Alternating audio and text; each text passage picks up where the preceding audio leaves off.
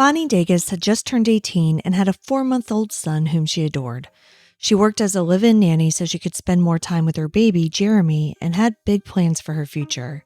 An inheritance that she received on her 18th birthday was going to help her build a life for her and her son. But, as Bonnie soon found, when people in your life discover that you have money, they start coming out of the woodwork to ask for it. Bonnie only had this money for about a month before she withdrew $15,000 in cash and vanished.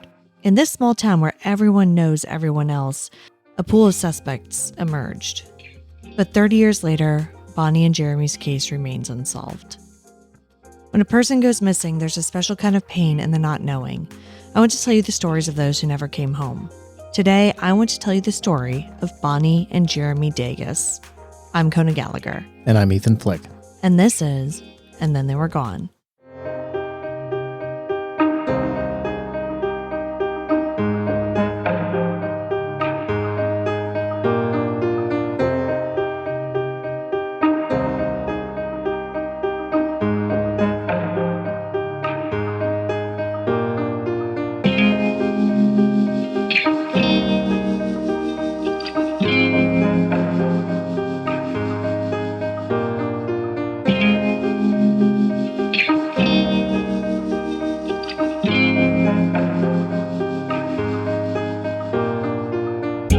Welcome back, everyone. Welcome back. Thank you for joining us once again. I'm Kona Gallagher. And I'm Ethan Flick. And we're the husband and wife team behind this podcast. Each week, I tell you the story of an unsolved missing persons case. Ethan doesn't know anything about this going into the episode, and he's here to provide his reactions and questions in real time, hopefully asking some of the same ones you have at home. Getting into this case, I feel like I start a lot of these episodes with like, this case is infuriating or some derivation of that. But yeah, it is. And a lot of them are. And this one in particular is wild because a mother and her 4-month-old baby vanished. And the story didn't really make it outside of the Tampa, Florida area. Really? Yeah, like it got no national attention whatsoever. It was barely even a regional story, honestly. Is this going to be another case where they're just assuming that she's starting her life over? Yeah, I mean, they definitely did think that at first. That was certainly one of the possibilities, but it kind of became pretty clear to them early on that likely was not the case.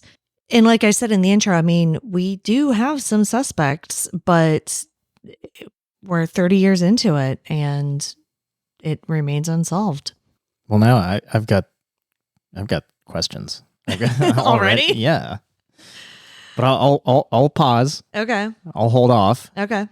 It was weird when I was researching this case because even now, there have been many articles written about it, but they all have the same basic information.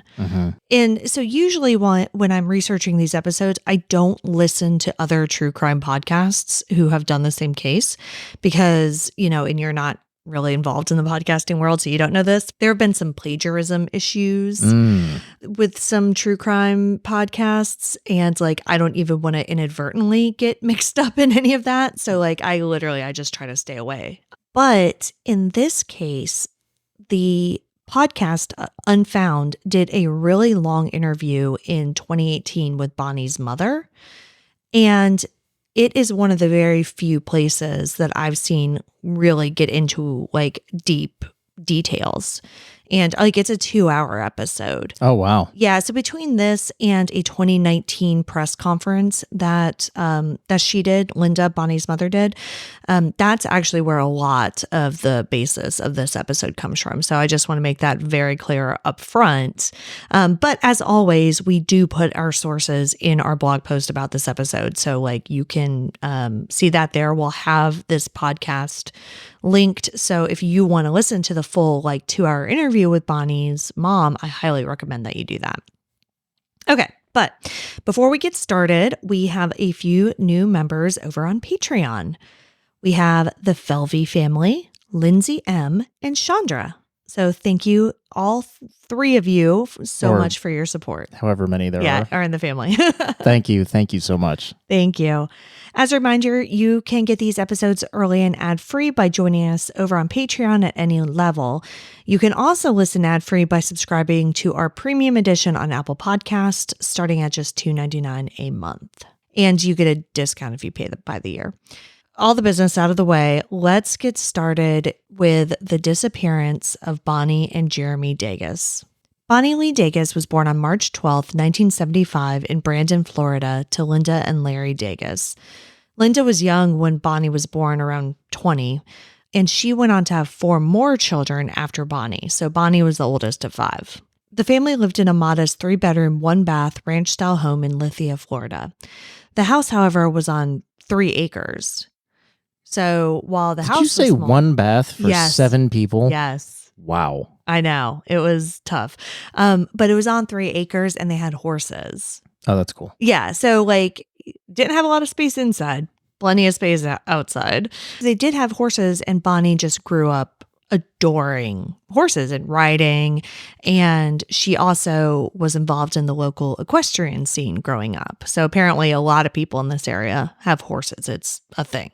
Bonnie had a pretty typical small town life growing up. She got along well with her parents for the most part. Linda, her mom, said that she and her father, Larry, had some kind of issues growing up. But, it sounds like it was all kind of pretty typical, like maybe teenage headbutting type situations. But by the time that this is taking place, everybody was cool. Like, they were fine, it sounds like.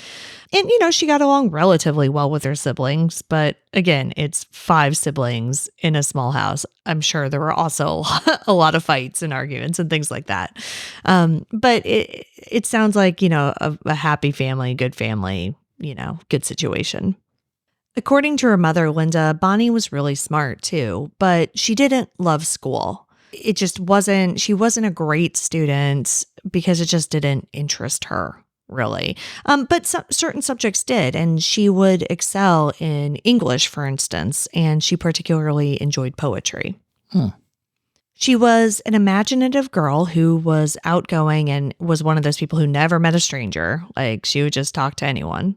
It sounds like Bonnie stayed out of trouble for the most part during her teenage years. Like, I'm sure there's, normal teenage stuff, but Bonnie doesn't say that there's anything, truly worrisome. Until Bonnie was 17 and became pregnant. She had apparently been seeing a boy down the street, but he and his family denied that he could be the father. According to them, he was medically incapable of fathering a child. Okay. Yeah, like Bonnie, how? I don't know. She didn't get into details. All right. But according to them, like, it was not physically possible for him to be the father. From what it sounds like, Bonnie definitely did believe that he was, but perhaps couldn't be 100% sure. For whatever reason, Bonnie and her family didn't really push the issue of paternity, and they just kind of moved on with their lives. So, like, a DNA test was never done, nothing like that. Bonnie's baby was due to be born about halfway through her senior year of high school, which would have made completing the school year difficult, Right. as you can imagine. Yeah. But, she didn't want to drop out or anything like that. So she was able to take GED classes. And a couple of weeks before her son was born, she was able to complete those, take the test, and then she received her GED, which, for those of you not in the States, it's a general equivalency diploma. I think the G is for general, but in any case, it's an alternative high school diploma. So she is considered a high school graduate. She just didn't go about it in the traditional route. I mean, good for her for following through. Well, yeah, and getting it all like locked down before Jeremy was born. Right. And so on December 13th, 1992, Jeremy Dages was born. Now, despite her young age, Bonnie was thrilled to become a mother. Linda described Bonnie as attentive and said that she took really good care of Jeremy. As a new mother who was now out of high school, Bonnie was ready to assert her independence and start a new phase in her life. And I'm sure, get out of that house because she needed space, physical space.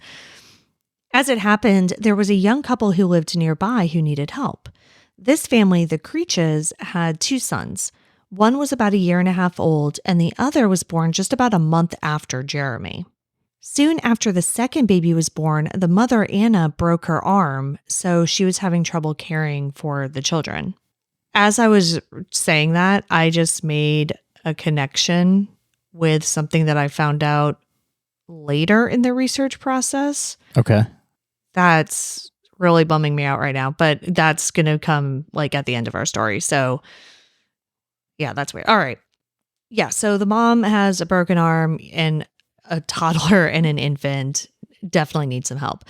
So it was decided that Bonnie and Jeremy would move in and Bonnie would help take care of the children while the husband, Mike Creech, was at work. Makes sense. Absolutely. The situation seemed like a win-win for everyone. So in the spring of 1993, Bonnie and Jeremy moved into a small room in the Creech residence, which was just a few miles from her childhood home. So she was still nearby, was still checking in and everything, but, was moving on with her life. Right. In Had a her sense. own space. Exactly. Yeah. Around this time, on March 12th, 1993, Bonnie turned 18. This birthday was a big deal, not just because it meant that Bonnie was legally an adult, but because it also meant that she would receive an inheritance that had been kept in a trust. This inheritance was from Bonnie's great-grandmother.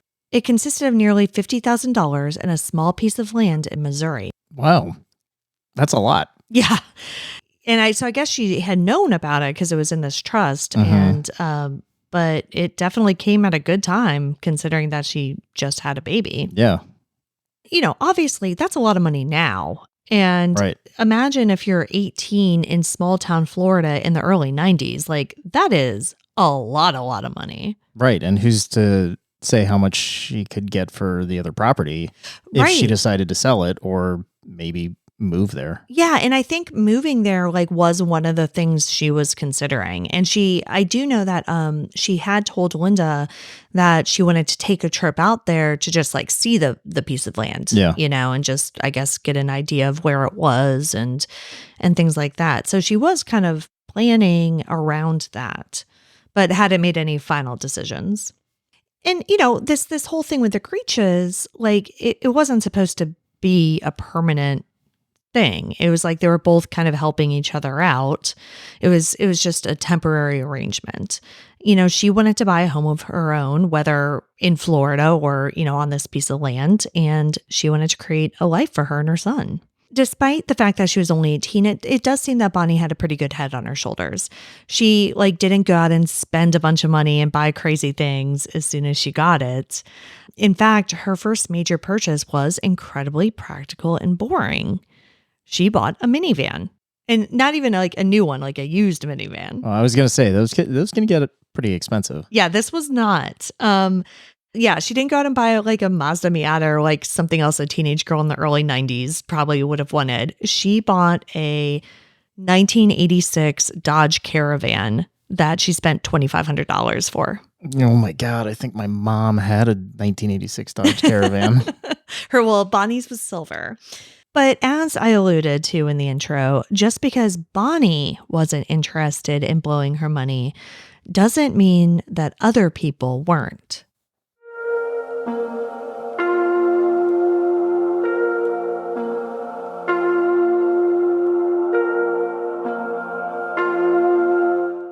Now, let's just get some clarity around the timeline here real quick. Jeremy was born in December 1992 when Bonnie was 17. She turned 18 on March 12th, 1993, which is when she received this money. According to Linda's interview on Unfound, that's right around the time that Bonnie also started working for the Creech family. She believes that Bonnie only had that job for about a month before her disappearance. So she said it could have been as many as 2 months, but she really thinks it was only about a month. She bought the van shortly after receiving the money, so I'd guess she got that mid to late March. Okay. But shortly after this, very quickly after Bonnie received this money, relatives of the Creeches came to ask to borrow money to buy a truck.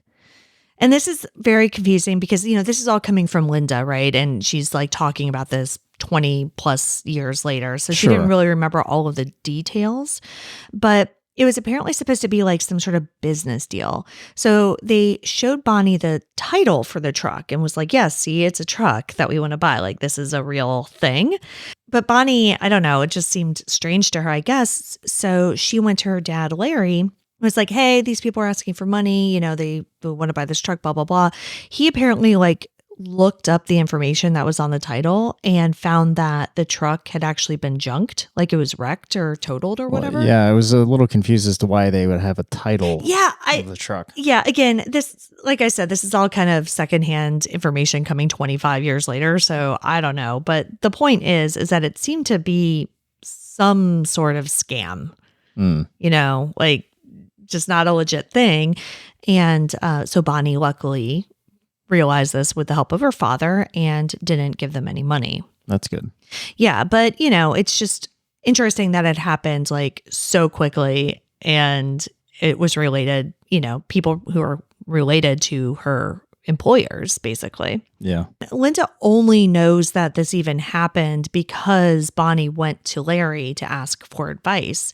So there could have been more instances of people in Bonnie's life who had like tried to hit her up for money that, you know, Linda just was not aware of. Because again, like her daughter's living outside of the house at this point. They're close, but Bonnie doesn't necessarily tell her every single thing that happens, right? Mm-hmm. And I would be inclined to believe that that's the case because like if the sister of the family she's working for and her boyfriend felt comfortable enough to ask her for money, I imagine that people who are actually closer to her probably did as well. Yeah. I'm sure members of her family. Yeah, I mean, who knows? So this is where we are in the days and weeks leading up to her disappearance. Bonnie is navigating being a new mother with a new job and a new living situation while having come into a large sum of money. What Linda and the rest of Bonnie's family didn't know at the time was that she was also navigating a secret relationship. On April 28th, 1993, Bonnie went to her family's home and borrowed a couple of her siblings to help her clean her van. After they were done, she brought them back home, and Linda returned home from work at around 2 p.m. Linda then took Jeremy in Bonnie's van, because that's where the car seat was, and they went down to a nearby ball field to pick up one of Bonnie's sisters who was working there. And then, you know, Linda says that they stayed and like showed off the baby to everyone. And, you know, it's just like a normal little afternoon, right? So they all came back to the house after that. And then Bonnie and Jeremy left and returned to the Creeches. But that was the last time that Bonnie's family would ever see her. To them, it was a completely normal day. Like Bonnie seemed like her usual self. Nothing seemed off at all. To the Dages family, though, the one thing that seemed slightly strange about that day didn't necessarily have anything to do with Bonnie. It happened before she came over. Earlier in the day, while Linda was still at work, a man named Terry Christie came by with his business partner. They owned a lawn care company in town. Now, Larry knew these men, mainly because it was a small town and everybody seems to know everybody there. The Dages family was actually close with Terry's brother, who was a neighbor and had kids around the same age as their kids. So basically, Christy and the Dages family were like family friends, but they weren't particularly close with Terry. They were close with his brother. Yeah. According to Linda, I mean, Terry had maybe stopped by like one other time ever, but it wasn't a thing. Yeah, but either way, they knew. Yeah, they knew who he was, but it was like, it was weird that he just popped by, you know?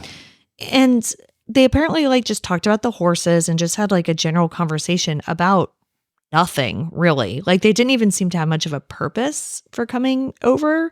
They just like came and looked at horses and chit-chatted for a while and then left. At the time, it was kind of a little weird, but nothing strange or like overtly sinister. So, you know, had Bonnie not disappeared, it's probably something that they never would have thought of again. Right. But it's something to keep in mind given what happens later. So the next morning is April 29th. Anna Creech and her sister-in-law go over to the Dages house. Linda was at work again, but Larry was home. They asked Larry if he had seen Bonnie. he hadn't since yesterday afternoon. But Anna wasn't asking in a way that was like nervous or worried or whatever. It was just casual, like, oh, hey, have you seen Bonnie today? And he's like, no, she came over yesterday. Haven't seen her today, though. And so they're like, okay, cool. Well, no biggie. We'll, catch up with her. We'll catch up with her later. And they left. It seems as though Bonnie should have been working at that point in the day. Yeah, right. That's what I was thinking was like they were coming over to say, hey, have you seen Bonnie? She's supposed to be up and like and maybe helping take care of these kids. But again, the way Linda's describing it, it just didn't throw up any red flags for Larry. So I don't know, like nobody seemed concerned. So he wasn't concerned either. A few hours later, however, they came back and told Larry that they hadn't told him the whole truth. That the reason they were looking for Bonnie is because she hadn't come home the night before. And they were actually worried. Tell me again when the last time was, time of day that they saw Bonnie. So I'm not exactly sure when the last time the Creeches saw Bonnie was, but when the Dages family saw Bonnie, it was the last time they saw her was probably like 3 p.m.-ish. Okay. Give or take, because Linda got home from work around 2, and then they went to the ball field and did all that stuff. Yeah. So I would guess around 3 p.m. Okay. On the 28th. So whether Bonnie went home and then left again, which I think is what it sounds like happened, nobody had seen her since the previous evening. Once Anna and her sister-in-law come back and, tell Larry this, he obviously does start to get worried.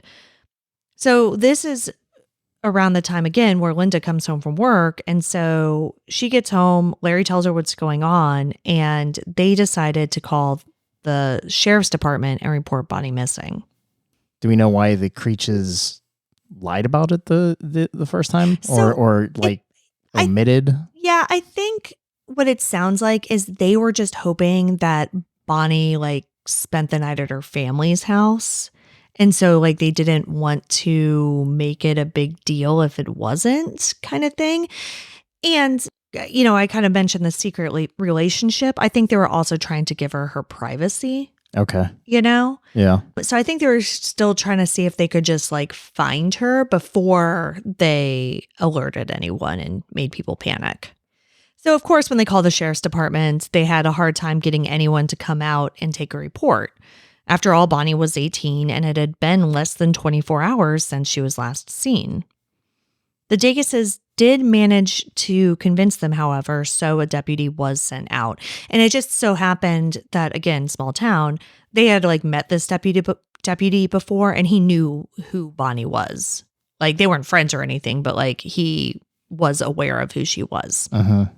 So he stayed there, took his statements, wrote stuff down, and then went over to the Creeches to talk to them. But apparently, he didn't actually file a missing persons report. So he just took down information and didn't do anything with it? Or that's what it sounds like, yeah. The next day, he went on vacation for 4 days, and nobody could get in touch with him. Because, it's 93, so nobody had cell phones. So if he's on vacation, he's on vacation. So nobody could reach him for 4 days. And it definitely created an issue in the early investigation, as you can imagine. And so anyway, so the Dageses only found out that he didn't write a report and that he was on vacation because the next day they called the sheriff's department again to follow up and see what was going on. And they had no idea what they were talking about. So he didn't even like file an incident report or anything? It doesn't sound like it. I mean, from what Linda says, she's like, they called the sheriff's department and they were just like, who's missing? Like what? What the hell? Yeah. So now it's like closer to 48 hours after Bonnie was last seen. Right. And they're starting from scratch. Mm. And despite all of this, they still had to like really work to convince the sheriff's department to send anybody out. Now, eventually, I think because Jeremy was with her is the only reason that they did. And that makes sense. Yeah. And 2 detectives were sent out to talk to the family. But, you know, when the detectives arrived, they weren't treating it as like a foul play situation. They were treating it as a runaway. And well, it's not even a runaway because she's 18. Well, exactly, right? They're like, she can leave. Like, her van's gone. Yeah. Right. Like, she left. Like, big whoop. Leave her alone, So that's kind of how they're treating it. But they're like, well, let's appease the parents or whatever. And so during this process, as they're talking to the investigators and as the investigators are now talking to the Creeches again, Linda and Larry start to find out about some of the secrets that their daughter had been keeping.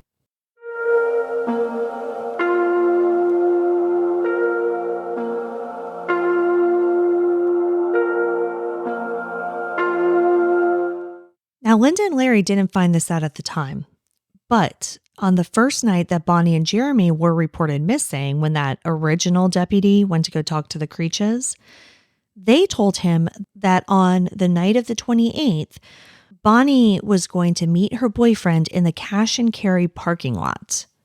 All right. And Cash and Carry is a grocery store chain. Mm-hmm. And the one that she was going to was in Brandon, Florida. They're in Lithia, Florida, but it's like 5-6 miles away. Okay. So that was the last thing that Bonnie had told them, but then she never came back. And so again, back to your earlier question, I think that kind of is why Anna was maybe so like cagey with Larry at first, because she knew that this was a secret relationship. So she didn't want to be like, oh yeah, Bonnie was going out to meet her boyfriend and never came back. Do we know why this is a secret relationship? Not really. Like, was he like older, or was it like? It's definitely shady. We'll get into it, but it's the whole thing's weird. And so Linda and Larry are just like, what is happening? Like, who is this guy she's seeing? Why is she meeting him at a parking lot at 9:00 at night? Like, what is happening? Like, I'm sure this is all surprising and confusing, but Bonnie was an adult and she didn't have to tell her parents every detail of her love life. However, once they found out who the secret boyfriend was, they were absolutely shocked. According to the Creeches, the man who Bonnie had been seeing was Terry Christie. Oh. The friend of the family who randomly came over to the Dages house on the afternoon of the 28th. And at the time, Terry was 39 years old, which is about how old Linda was. Oh, yikes. Yeah. Okay. As the Creeches spoke more about this relationship to police and the Dageses, they began to paint a disturbing picture. Terry Christie wasn't married or anything, but he did allegedly insist that Bonnie kept their relationship a secret. And this could be due to like their general age difference because, Bonnie had just turned 18 and this dude was over twice her age.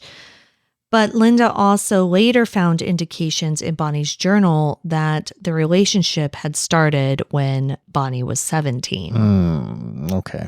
So when you are a 39-year-old dude dating an underage girl, you can understand why he would probably want some secrecy around that. Yeah.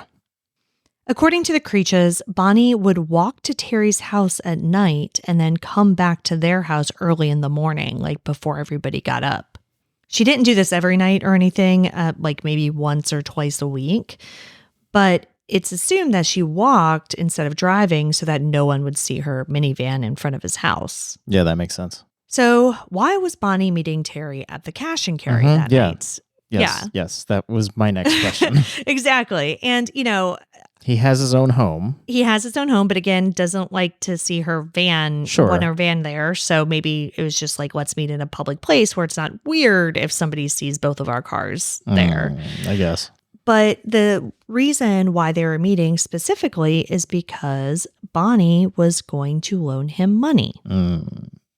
But we're not talking a few bucks. We're not talking even $2,500 for some made-up truck. Yeah.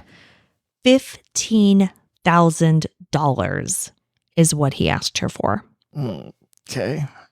And it's what she agreed to give him. Apparently, Terry wanted to open a restaurant and wanted Bonnie to invest in this restaurant. And $15,000 is what he thought he needed? Yeah, in cash, apparently. Well, of course. Yeah. And bank records show that on the afternoon of April 28th, likely after she left her parents' house, although I'm not exactly sure what time, Bonnie went to her bank and withdrew $15,075 in cash. Why the $75? So that was, I think she just withdrew, like wanted $75 for herself, like just to have. Oh, yeah. Okay. Yeah. I didn't know if that was like some sort of weird bank fee or something. No, I think she just, got an extra 75 while she was there. So this obviously means that the police want to talk to Terry Christie. I would hope so. Who, wouldn't have been on their radar otherwise because they didn't even know that, like, Bonnie knew that guy. Yeah. So they went and paid him a visit, but he denied being in any sort of a relationship with Bonnie and said that he barely knew her. Basically was like, yeah, I mean, I'm a family friend. Like, I've met her, but I'm not in a relationship with her. And I definitely did not ask her for $15,000 to start a restaurant. Okay. And, apparently this first interview, they just like knocked on his door. It was very cordial. They were like, hey, do you mind if we take a look around? Because they're also at this point thinking that like maybe he's like bullshitting them about the relationship and like maybe like Bonnie and Jeremy are there and he's like hiding them away, not in like a nefarious kidnapping kind of way, right? But just in a like secret lover kind of way. Yeah. So they, they're like, hey, can we look around? And he agrees and they found nothing. At this point, investigators aren't really sure what they have on their hands. They're still thinking it's a possibility that Bonnie left of her own volition and that the $15,000 in cash was part of that. And they're also, again, thinking that maybe Terry's involved, but not in like a nefarious way, but, somehow something's going on here, right? Maybe he's still trying to keep the relationship a secret and he has plans to meet up with her later. Like, something along those lines. But as of now, there's no evidence of foul play. Mm-hmm.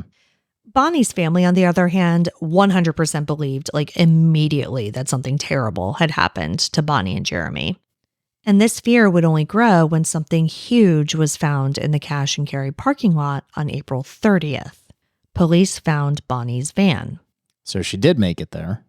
Well, maybe. They find Bonnie's van. It's locked. And inside was Jeremy's diaper bag and Bonnie's purse. Her wallet contained $75. Jeremy's car seat and the $15,000 were gone. All right. So remember the deputy who didn't file the report and then went on vacation for 4 days? Yeah. He's back now. No, he's not. This is still day 2. Gosh. Yeah, this is just the next day because she went missing on the 28th. She was last seen on the 28th. They called this deputy the evening of the 29th. And then this is the 30th that they find her van. Okay. So he's still gone.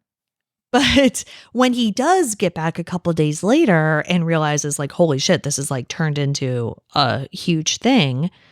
He said that when he spoke to Bonnie's family and then spoke to the Creeches told him that Bonnie was going to the cash and carry to meet up with her boyfriend. I don't know if they told him who the boyfriend was.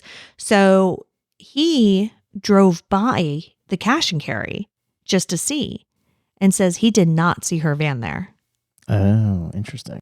And according to Linda, the van was parked in a fairly visible space near the road. So if it had been there on the 29th, it would have been hard for the deputy to miss it. And assuming this deputy is telling the truth about going by there on the 29th, like that means that Bonnie's van did not appear in the cash and carry parking lot until after she had been missing for over 24 hours. Police processed the vehicle and checked for fingerprints. They also vacuumed for fibers, but nothing of interest was found. And remember, the car had just been cleaned earlier the day that Bonnie disappeared. Right. They didn't even find any evidence of the boyfriend being in the car? No.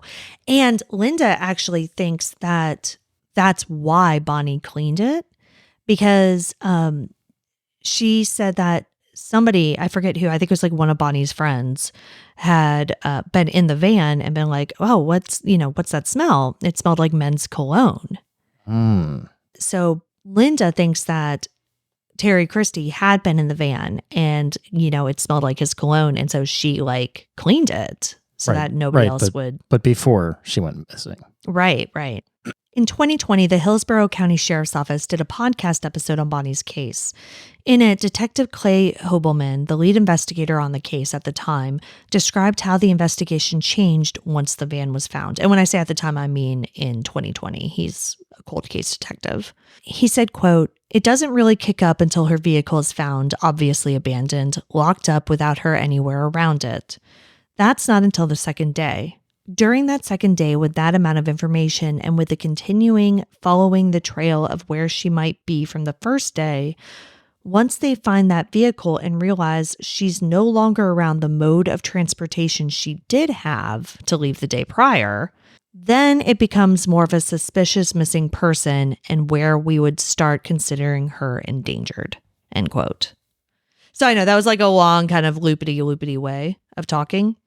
But basically, once they find her abandoned vehicle and her purse and the diaper bags in it, they're like, oh, maybe she didn't just drive away and take off. Yeah. So that was a really long way of saying that finding the van triggered, it's a missing person case. Yeah, exactly. It's a very long way of saying that. Right. So now investigators kick the investigation into gear and start interviewing more of Bonnie's friends and associates.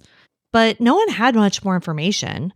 Terry Christie obviously became a lot more interesting to investigators, but he stopped talking. I'm not going to blame him for that. Yeah. And also... Don't talk to the police, ever. And I think he did get a lawyer, which, again, also a good move, regardless of your guilt. Regardless of how it looks. Yeah. They asked him to take a polygraph, but he refused. Mm-hmm. And to this day...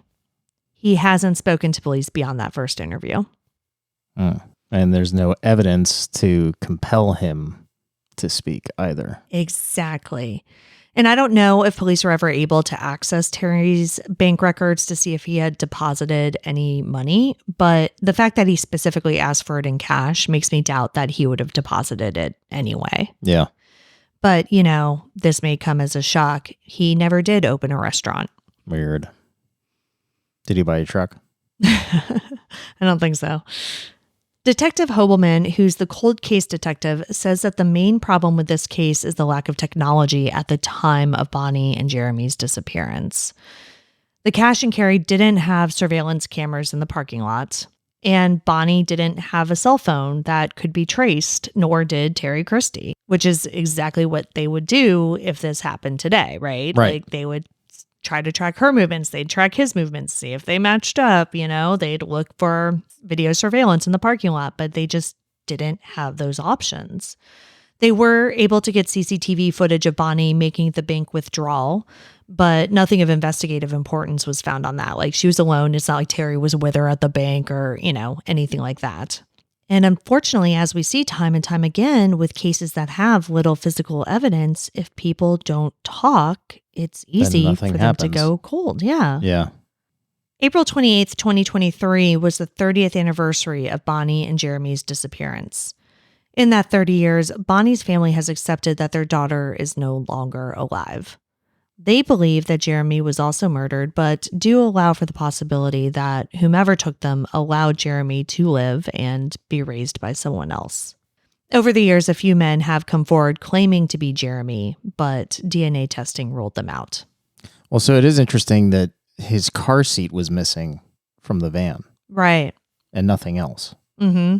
Yeah, his diaper bag was left there and her purse was. So, to me, what that shows is, because I'm guessing it's one of those baby carrier car seats where you just take the whole thing out. Right. And so if I'm Bonnie and I'm meeting somebody and they say, hey, come into my car, I'm taking out the carrier, I'm going into the car and leaving the rest of my stuff in my car because I think I'm only going to be here for a minute, giving you the money, talking, doing whatever.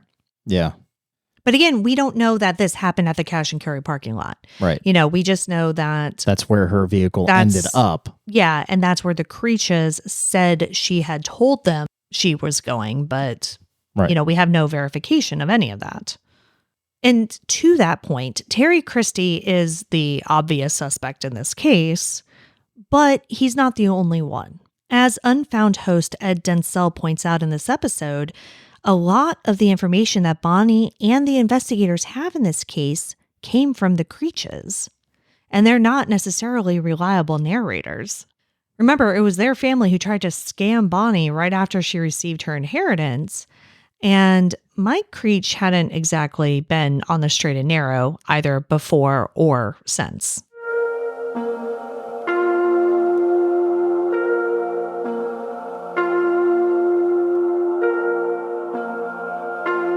And this is what I'm about to talk about is like this realization that I had at the beginning of this episode. About a year prior to all of this, in May 1992, Mike Creech was arrested for misdemeanor battery. He was arrested on the same charge just after Bonnie's disappearance in July 1993. The 1992 charge was domestic violence. It's noted on the arrest record, but it's unclear if the 1993 charge was as well. The realization that I kind of came to is the broken arm. Oh, yeah. I mean, and I don't know, because I was thinking that that first arrest was a lot closer to this than it was. But on the YouTube video that Ed put up of this episode of Unfound, the first comment is from somebody claiming to be one of the Creech's sons. Mm-hmm. And he's like, yeah, it's so weird. I was a baby. I don't remember Bonnie, but it's like crazy that, my family was involved in this. And he's like, right before all this happened, my mom slipped in the shower and broke her arm. And then Bonnie came to live with us to help out. Mm. And so, yeah, I mean, I don't know. We don't know. That's, yeah. Yeah. He also says that, I don't know if it was him or, because I also saw a Reddit post from, I don't know if it's the same person or different, maybe the other son, saying that they don't have a relationship with their father anymore. So anyway, that's what's going on there. In 1998, Mike Creech was found guilty of grand theft third degree and dealing in stolen property.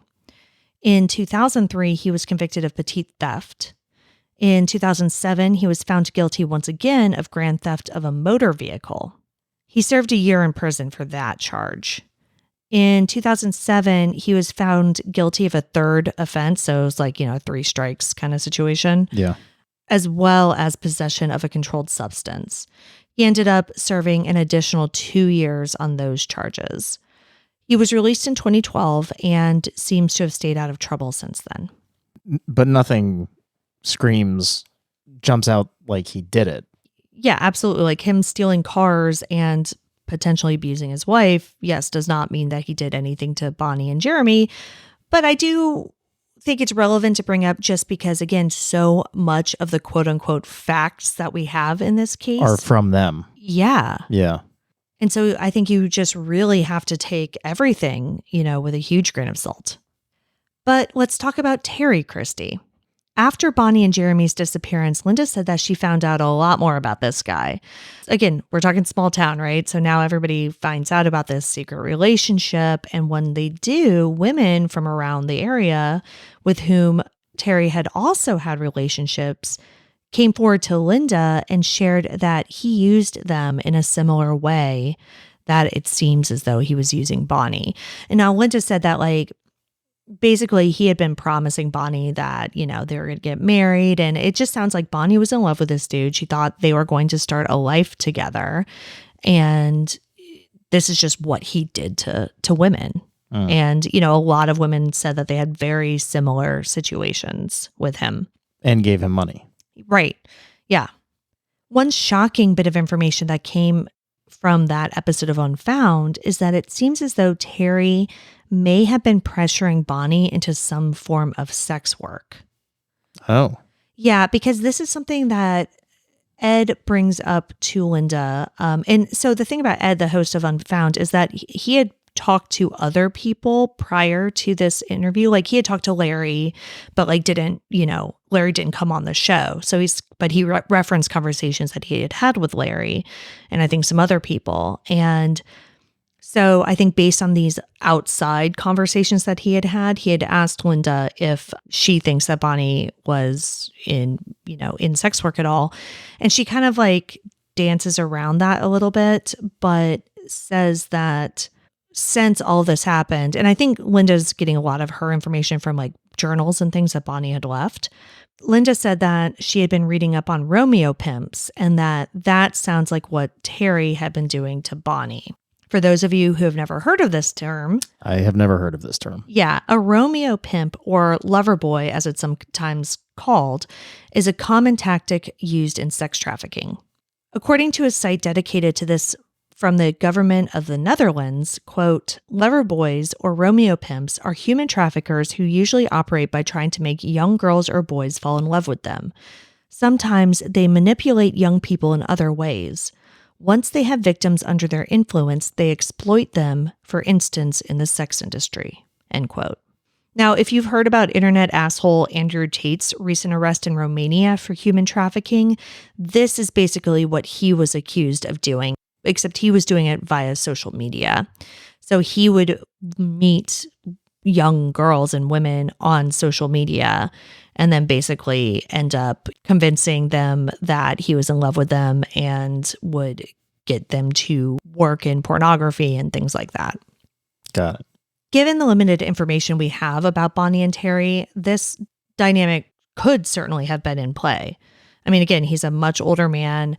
Other women have come forward and said that like he, would promise all these things and then get money out of them. And so it definitely seems as though it's a possibility. It seems even more likely once you look into his criminal history. In 1990, Terry pleaded guilty to solicitation of prostitution. In 2000, he was arrested on 2 counts of solicitation of prostitution and 1 count of stalking. In 2006, he was arrested in Mississippi on a charge of false pretense, and I didn't know what that meant. So I looked it up, and according to Mississippi attorney Rufus Aldridge, quote, false pretense means obtaining a signature or thing of value by using a false document or other writing. The essential element of false pretense is using a document or other tangible writing to commit the fraud. If the value of the money or personal property obtained is large, the false pretense can be a felony, end quote. So it's like forging checks or writing bad checks? Yeah, I think something along, or like forging somebody's signature on loan documents would be another way, Old Terry apparently skipped town on that one and was later arrested in Florida on a fugitive warrant.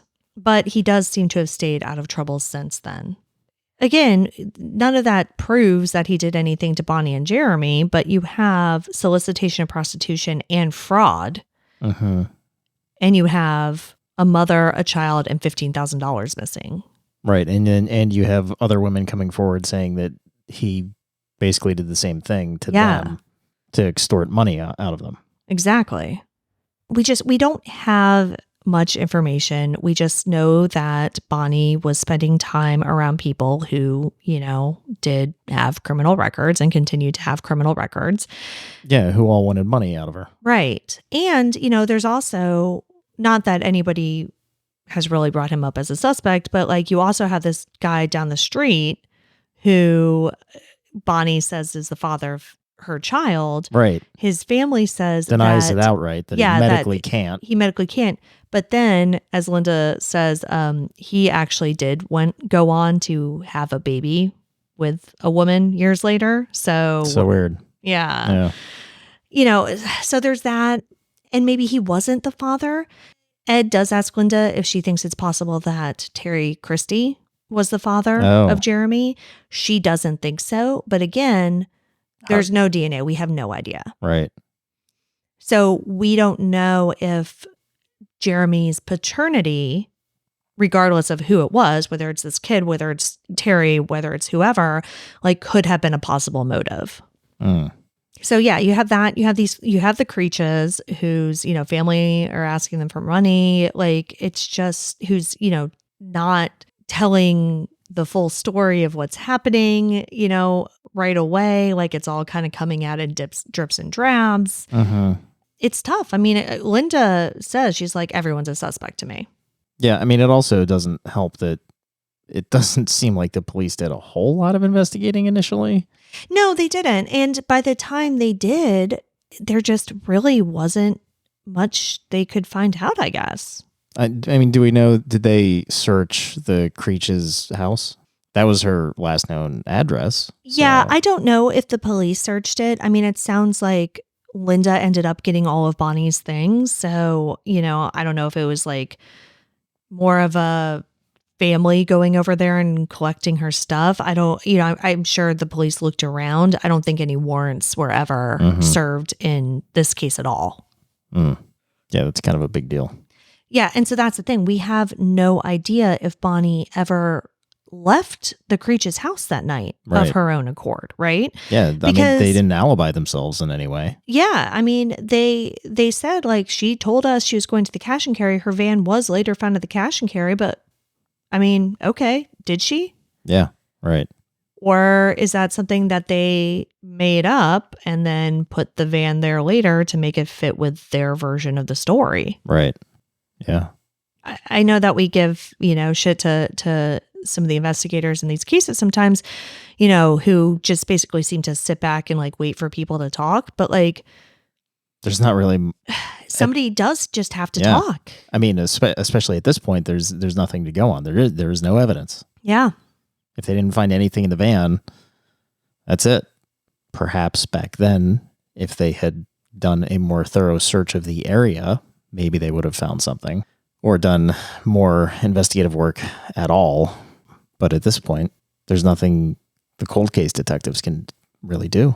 Yeah, except really just go back and interview every single person who knew Bonnie, really, and just hope that somebody wants to say something different, Right. The past 30 years have been incredibly difficult for the Dages family. In Linda's eyes, like I said, everyone is a suspect, and a lot of them still live in the area. So, she sees them. That's got to be tough. Yeah, Terry Christie apparently did move away. He lives in North Florida now, I guess. So she at least doesn't have to see him. But they're still around. Her big plea is for anyone who was around the Lithia, Florida area in 1993 and thinks they may know something, no matter how small, to come forward. Because people out there have information on Bonnie and Jeremy, whether they realize it or not. Someone coming forward really is the only way the Dages family will likely ever get answers in this case. At that 2019 press conference I mentioned at the beginning of the show, Linda and Bonnie's sister, Nancy Richardson, spoke about what their hopes are for this case. If whoever did this, whether it's the boyfriend, somebody else, whatever, if they're watching the news tonight and you could send them a message, what would you say to that person? Help me here, because I don't want to say what I would like to say. We want to find out what happened to Bonnie. That's the ultimate goal. The rest of that's between him and God. Yeah. Our goal is to know what happened to our sister. And we don't know. We have a lot of little pieces of the puzzle, but unfortunately, there's not that missing piece, and there's information, but there's more information out there that would finish it. And like you said, it might not be. There's so many what ifs that could possibly be the case. And that's it. We've accepted a long time ago something really bad probably happened to her, but we still don't know. And there's that little piece left that she might still be out there. And how do you quit until you know? Because she might still be out there. And even if you know, and it's still something terrible, you can concentrate on that. You don't have to envision every single scenario out there. We want to know what happened to them. We would love to be able to bring them home, to have a burial for them, to have some sort of recognition. It's like...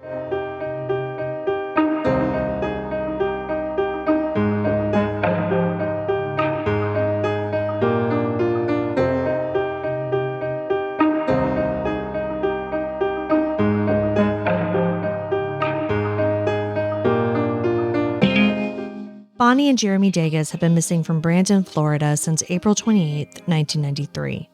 Bonnie is a white woman with blonde hair and blue eyes. She is 5'6" and between 145 and 150 pounds at the time of her disappearance. She was last seen wearing a blue t-shirt, pink denim shorts, and white leather flip-flops. Bonnie has a large surgical scar on her abdomen and a scar on the shin of her left leg. Her ears are pierced. Bonnie was 18 when she went missing. She would be 48 today. Jeremy was 4.5 months old when he went missing. He would be 30 today.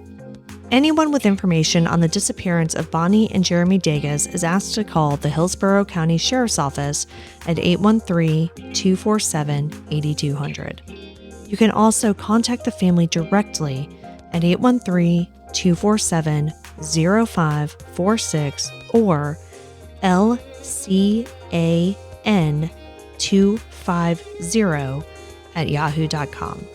You can see all the sources for this episode along with photos and videos at our website, and thentheyweregone.com.